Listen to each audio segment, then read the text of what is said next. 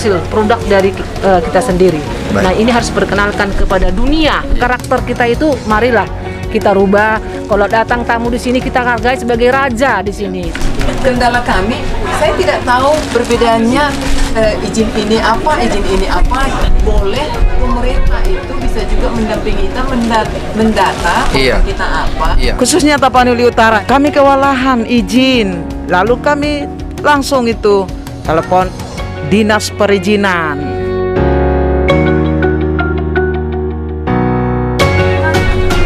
Horas, selamat siang.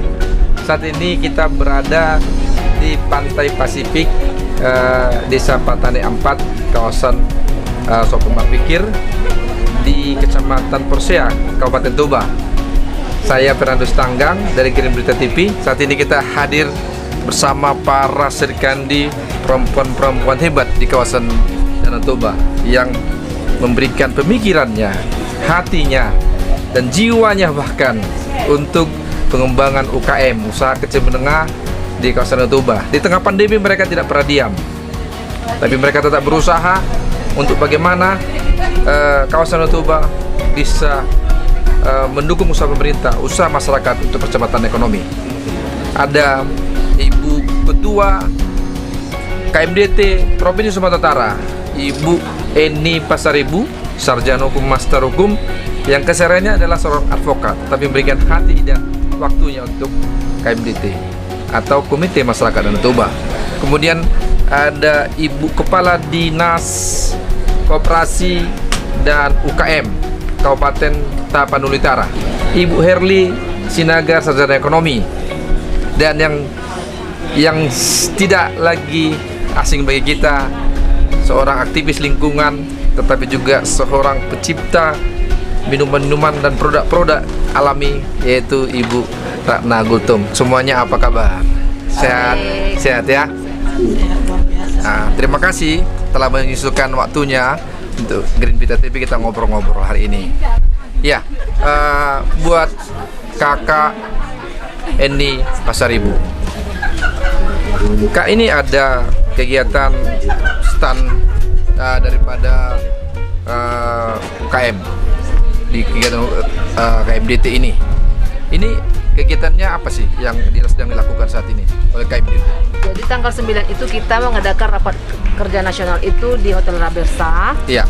Itu kemarin sudah berlangsung. Iya. Kita lanjutkan lagi di sini tanggal 10. Iya. Kegiatannya meliputi pameran UMKM yang ada di kawasan Danau Toba. Iya. Pesertanya dari Dinas Koperasi dan Dekranasda. Iya. Dan juga sekaligus peresmian desa binaan KMDT. Iya. Di mana desa ini sudah ditetapkan menjadi desa wisata. Iya. Jadi perlu Oleh pemerintah Toba ya? Ya, oleh pemerintah Toba. Di pemerintah Toba itu ada 36 desa yang sudah ditetapkan menjadi desa wisata. Iya. Termasuklah di Kecamatan Porsea ini ada beberapa yang sudah ditetapkan desa wisata. Nah, dengan adanya desa wisata tentu kita harus memperkenalkan apa saja yang ada di sini. Nah, itu. Jadi di sini terlihat ada pameran stand-stand. KMDT ingin memperkenalkan pelaku-pelaku usaha yang ada di kawasan Danau Toba. Iya. Termasuk produk-produk yang ada di sini merupakan hasil daripada kawasan Danau Toba, di mana salah satu visi dari KMDT itu mempercepat pariwisata Danau Toba mendunia. Hubungannya dengan UKM ini apa, Kak? Tentu hubungannya adalah di mana misi KMDT itu bagaimana meningkatkan taraf hidup masyarakat kawasan Danau Toba untuk meningkatkan perekonomian dan mensejahterakan masyarakat. Nah, dalam hal ini kaitannya dalam pameran ini adalah bagaimana pelaku-pelaku usaha ini bisa menjadi naik kelas. Ya. Bagaimana produk-produk yang dihasilkan oleh masyarakat kawasan Danau Toba ini bisa diperkenalkan kepada halayak umum, baik juga kepada para wisatawan yang datang ke sini tahu apa sih yang ada di Danau Toba. Nah, di sini kita lihat dari berbagai kawasan Danau Toba itu ada masing-masing kopinya dan rasanya juga beda-beda dan Beda-beda, luar ya. biasa. Dan bahkan sudah sampai Sama-sama dari kawasan Danau Toba, tapi kopinya beda-beda ya beda-beda. rasanya. Iya, karena tumbuhnya kan ketinggiannya beda-beda. Berbeda-beda ya. Seperti kopi Lintong misalnya ketinggiannya 1.300, tadi Iya. saya tanya dari Samosir di ketinggian 1.600. Tentu Pasti ada rasa yang berbeda pasti ya. rasa yang beda. Baik. Nah, ini kan sangat menarik. Iya.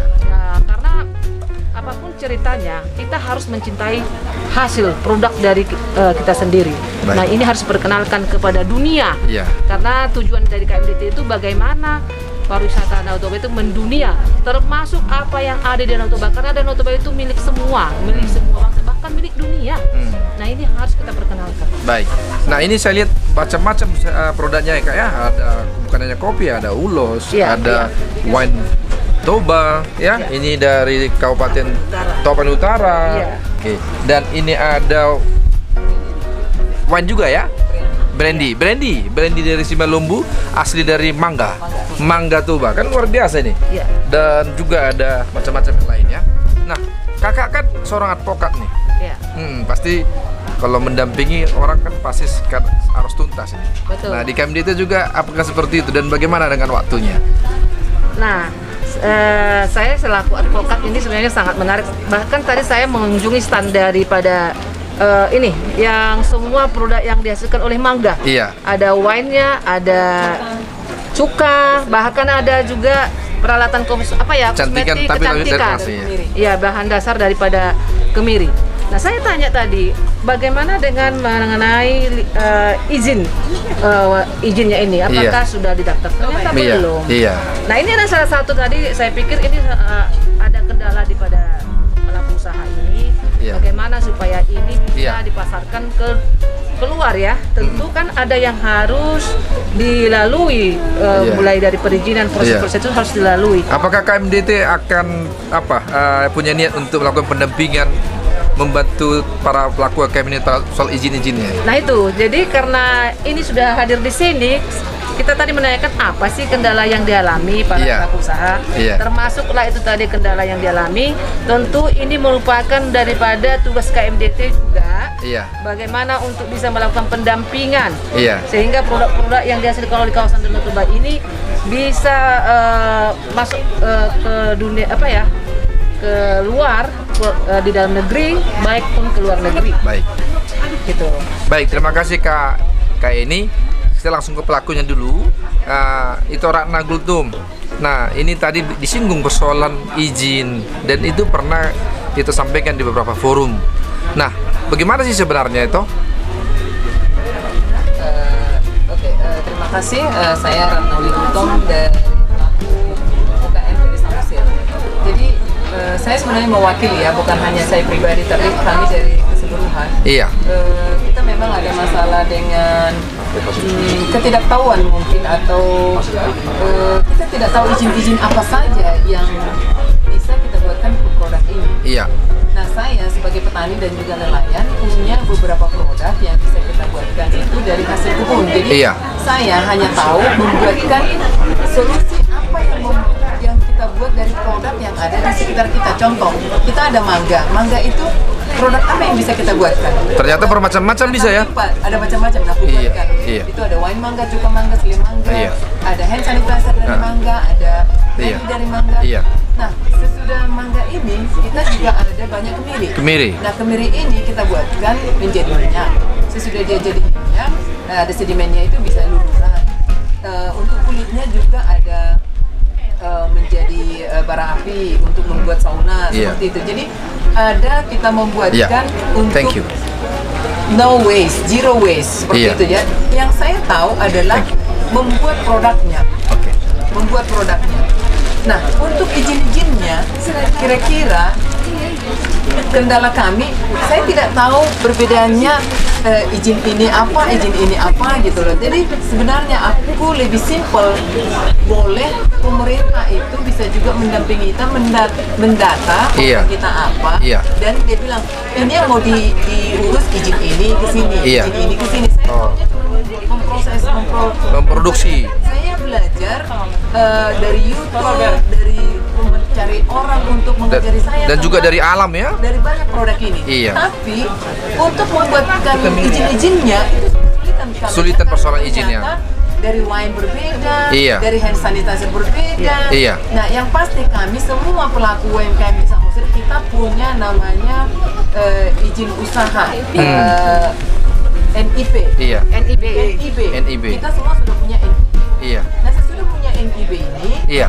kan masing-masing produk berbeda. Iya. Nah, apa yang mau kita uruskan PYRT, apa yang Balai POM, Iya. ada ini sebenarnya kita Iya. perlu dikasih tahu, didampingi. Iya.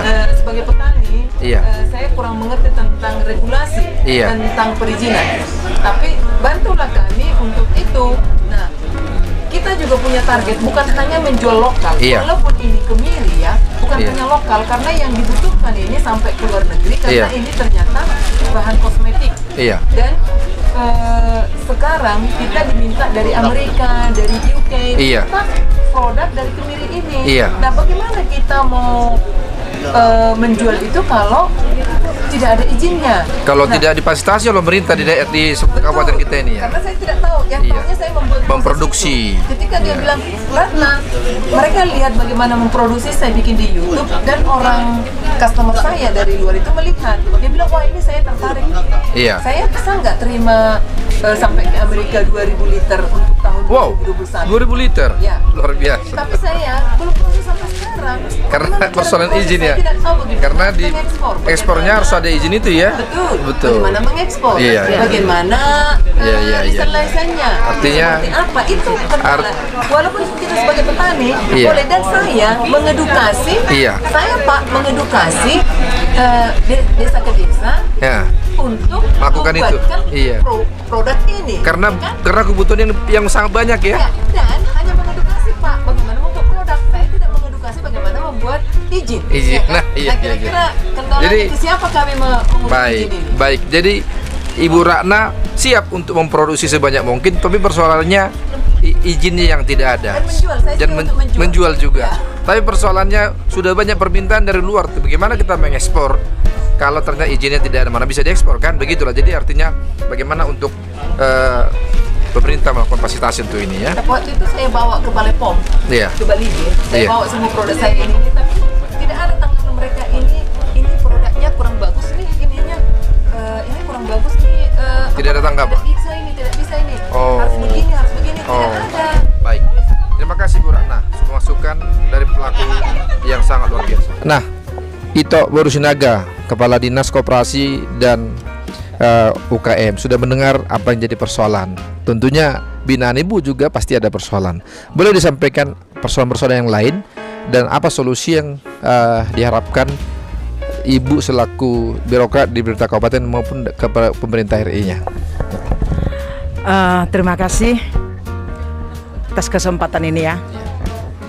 Kita bisa mendengar masukan yang akan kita apresiasi ke depan. Kami sepihak dari Kabupaten Tapanuli Utara yang dalam hal ini Dinas Koperasi dan UMKM, benar selama saya menduduki kepala dinas di sana banyak memang kendala yang dihadapi para UMKM kita. Termasuk salah satu tadi tentang pengurusan IMB-nya. Nah, kita di daerah khususnya Tapanuli Utara yang dinaungi oleh Dinas Koperasi selalu menganjurkan persiapkan persyaratan antara lain IMB-nya, aktanya, struktur organisasinya, apakah itu koperasi UMKM namanya. Nah, mereka ada yang respon, ada yang kurang respon. Nah, dalam hal ini Dinas Koperasi tidak tinggal diam. Khususnya Tapanuli Utara yang saya alami, Pak. Kami sudah mengapresiasi masukan dari para UMKM itu. Kami kewalahan izin, lalu kami langsung itu telepon Dinas Perizinan. Kami kewalahan akta notaris ini supaya bisa sekalian mengurus nomor rekening. Kami fasilitasi. Khusus Tapanuli Utara yang kami bidangi itu biaya pengurusan akta notaris untuk para koperasi UMKM kita memfasilitasi. Berarti Biaya gratis. gratis. Maka mereka terbantu. Bagaimana supaya para UMKM ini, koperasi ini bisa jalan? Pemerintah Kabupaten Tapanuli Utara yang di bawah naungan Pak Nixon Nababan banyak fasilitas. Apalagi yang lain difasilitasi oleh kepada UKM. Contoh, di daerah lain kita tidak ada pejabat ataupun pegawai yang dinamakan pegawai pendamping koperasi UMKM di kecamatan. Macam penyuluh ya. Penyuluh. Nah, di kecamatan di Tapanuli Utara itu ada 15 kecamatan. Iya. Kita menampung 15 yang kemarin jadi tinggal 13 karena 2 masuk CPNS. Iya. Sekarang tinggal 13. Apa tugas mereka? Semua memberikan penyuluhan tentang koperasi, tentang UMKM, Tentang izin juga ya. tentang izin. Mereka mendampingi para koperasi yang ada di desa, apa kendala, apa masukan, apa keluhan. Mereka siap membawa masukan ke kita. Berarti untuk Provinsi Tapanuli Utara para pelaku UKM-nya nggak ada masalah tentang izin. Mengenai izin selalu kita bilang nggak ada kendala, mereka yang ini. Terkadang UMKM itu kurang cekatan, tetapi kita kan namanya masyarakat umum kan sudah meluas, Pak. Nggak bisa secepat yang diharapkan. Berarti artinya pemerintah Tapanuli Utara sudah jemput bola. Jemput bola, antara lain itu tadi, satu biaya kepengurusan akta notaris kita fasilitasi. Nah, Ibu sebagai kepala dinas, apa kendala dari pelaku UKM-nya sendiri nih? Yang kendala seperti kemarin kita yang di Rakernas ya Bu, saya sudah utarakan mengenai dana. Mereka butuh dana, contoh. Dana maksudnya pinjaman untuk bantuan usaha? Nah, kan ada dana yang tidak bisa, istilahnya kalau mereka pinjam kan tidak segampang yang kita harapkan ini nanti pengembaliannya. Nah itu mereka agak kurang berani meminjam. Maka kita ya apa sih yang boleh kita fasilitasi?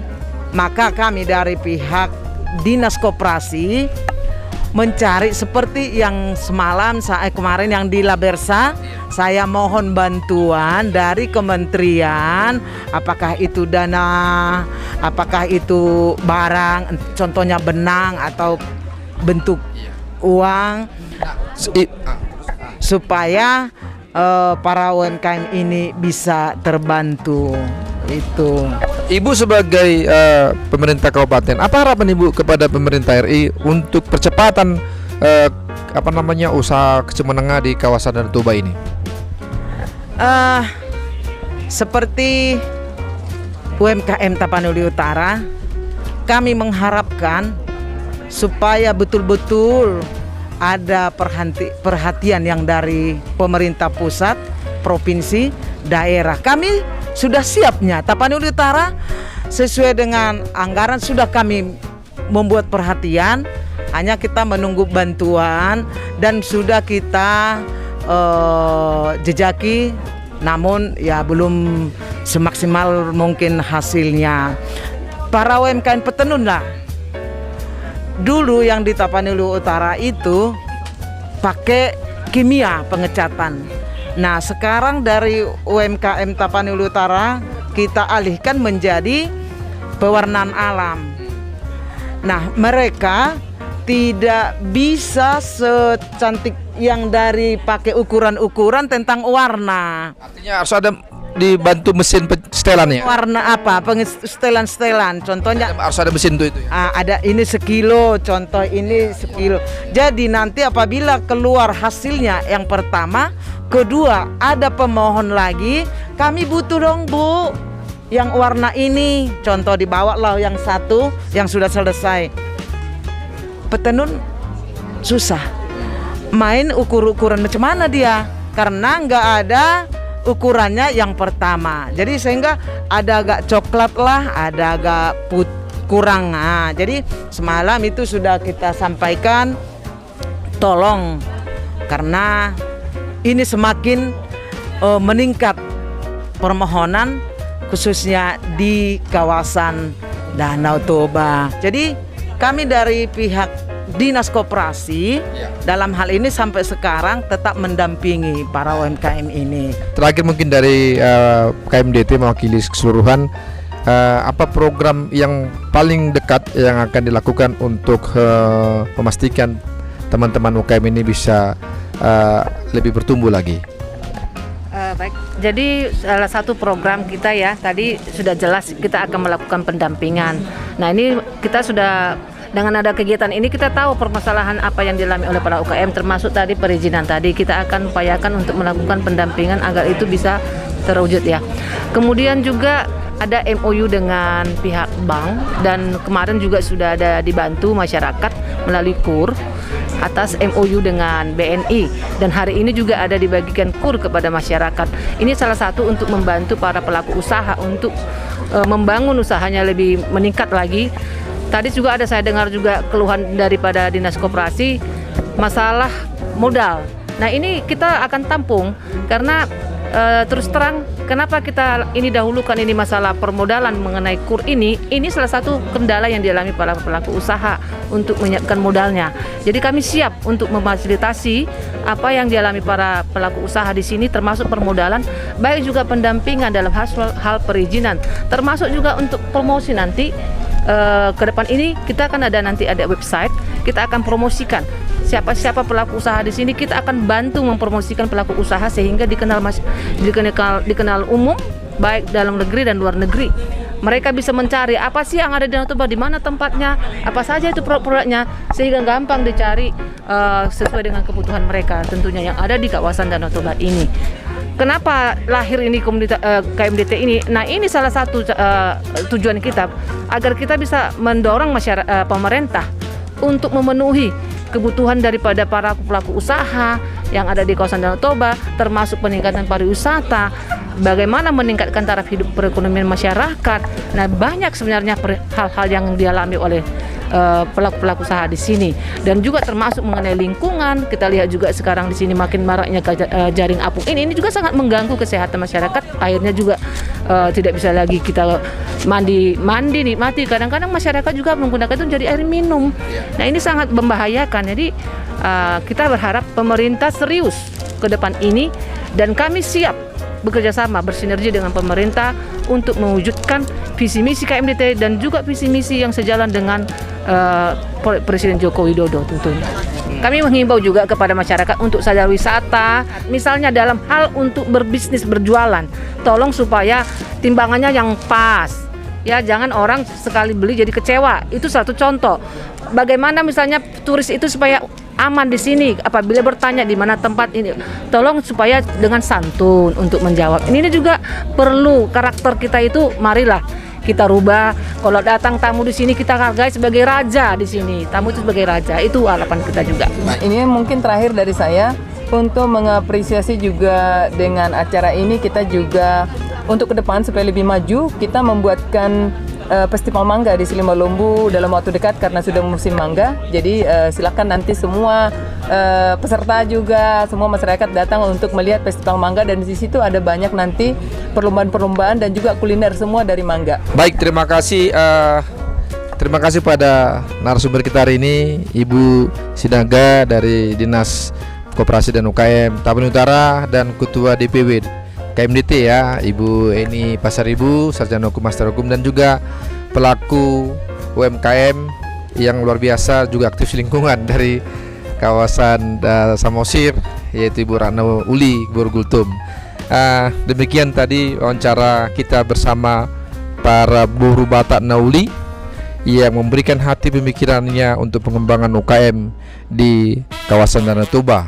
Saat ini ada beberapa stand yang luar biasa, ada kopi wine, ada juga mango wine, ada juga wine dari Toba ya, wine dari Toba, dan juga nilnat asli dari kemiri dan berbagai macam, ada juga ulos dan sebagainya. Ke Danau Toba bukan hanya bicara tentang keindahan alamnya, tetapi juga bicara tentang produk lokal yang luar biasa, yang tidak kalah dari tempat lain, tentunya kualitas lebih baik. Datang ke Danau Toba dan bersama kita nikmati produksi UKM. Saya Fernando Tanggang untuk Green Beta TV. Tetap jaga kesehatan kemanapun kita melangkah. Horas, horas, horas.